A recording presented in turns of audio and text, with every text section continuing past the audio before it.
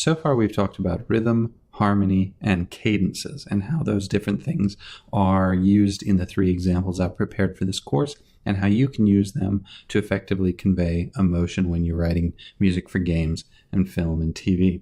In this lesson, I want to talk about melody, and this gets back to our theme and variation concepts of creating a character and a situation. So a melody very much needs to indicate who your character is. A melody is a set of tones over time. So it's usually the tune we get to know or memorize or whistle, that kind of thing.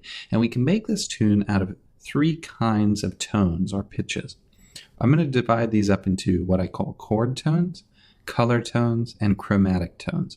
So chord tones are tones that are actually in the chords that are happening at this particular point in time.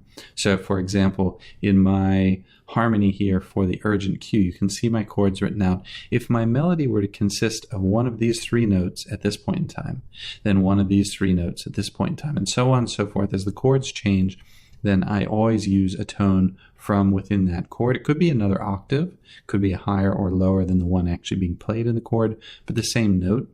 Then that's what we call using a chord tone. Then there are color tones. These are tones that are in our scale, right? They're in the key, but they are not being used in our chords. And you're going to see an example of doing that in the calm cue. Finally, there's chromatic tones. These are tones that are neither in our chord nor in our key.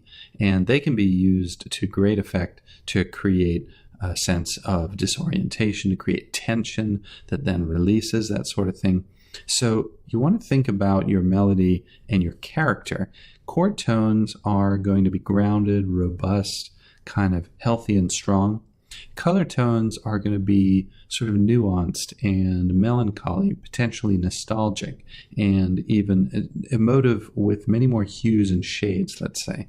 Chromatic tones are nearly always going to be tense. I love to cook, and a lot of times I relate these concepts to cooking. So I think of chord tones, for example, as being like salt. They're things everybody uses all the time, and everybody has a taste for. But if you only use it, your recipe will be really boring. Color tones are kind of things like rosemary or thyme, things that everybody has and they use all the time, but it still has a specific purpose, and it definitely changes the quality of your recipe. Chromatics are things that maybe people don't have as often, like cayenne pepper. If you throw it into your recipe, you better know what you're doing. And that's really a valuable way to think about chromatic tones. They really pack a punch. And sometimes that can be very disorienting for the listener in a way that's not really part of the emotion that you want to convey. So now let's take a minute and look at the different melodies that I've created. So I've got this melody here in my urgent cue. Let's listen to that.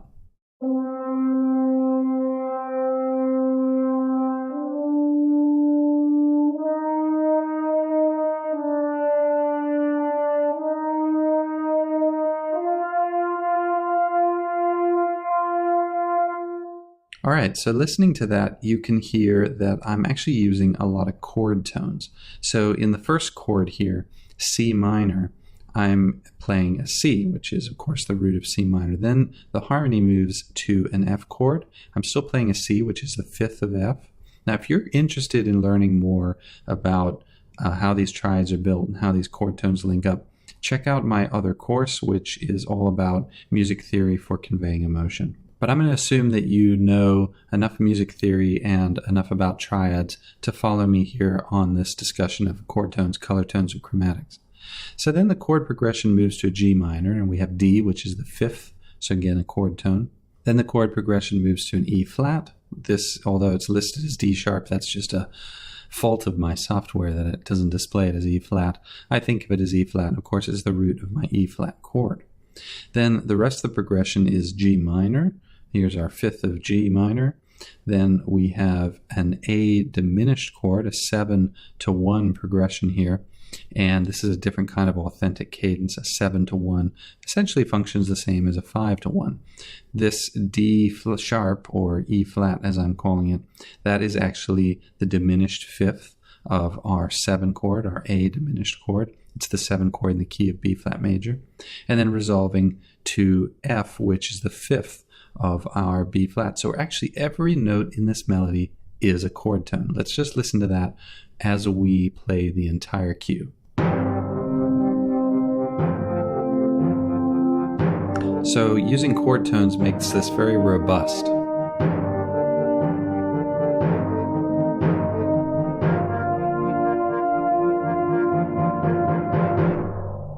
So what we have there is a perfect example of using chord tones.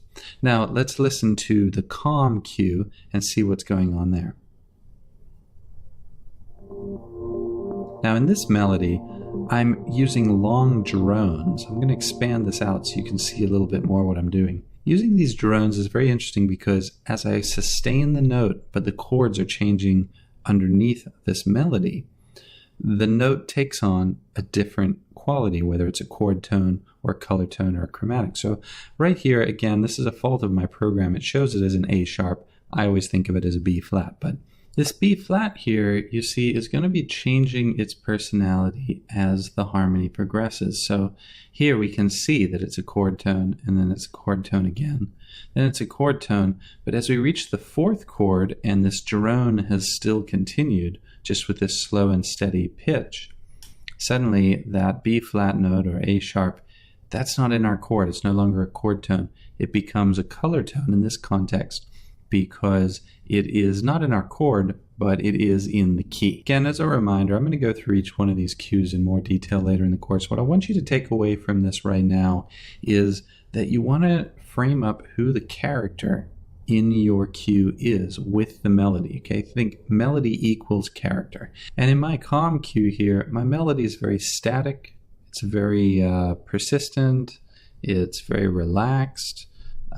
It doesn't have a lot of changes or jarring elements. It's just kind of almost very sleepy. And that is the nature of my character. I'm trying to convey calm. I want to convey a calm character, so my melody is extremely consistent, and the drone approach really conveys that effectively here. As an alternative, the melody that I created in my urgent cue has this ascension, right? So the actual contour of notes is ascending. It makes us feel confident, like we're achieving something, and that there is some kind of urgency there. But it's also using chord tones, which makes us feel very strong and confident and robust. That's helping to make the cue sound triumphant. So in short, you want to be very thoughtful about who your character is and how melodic choices can convey that character in a convincing way. Now in the next lesson, we're going to talk about color and timbre and see how we can use that and how I'm using that in these three examples to really help convey our specific emotion. So let's move forward in the next lesson, talk about timbre and color.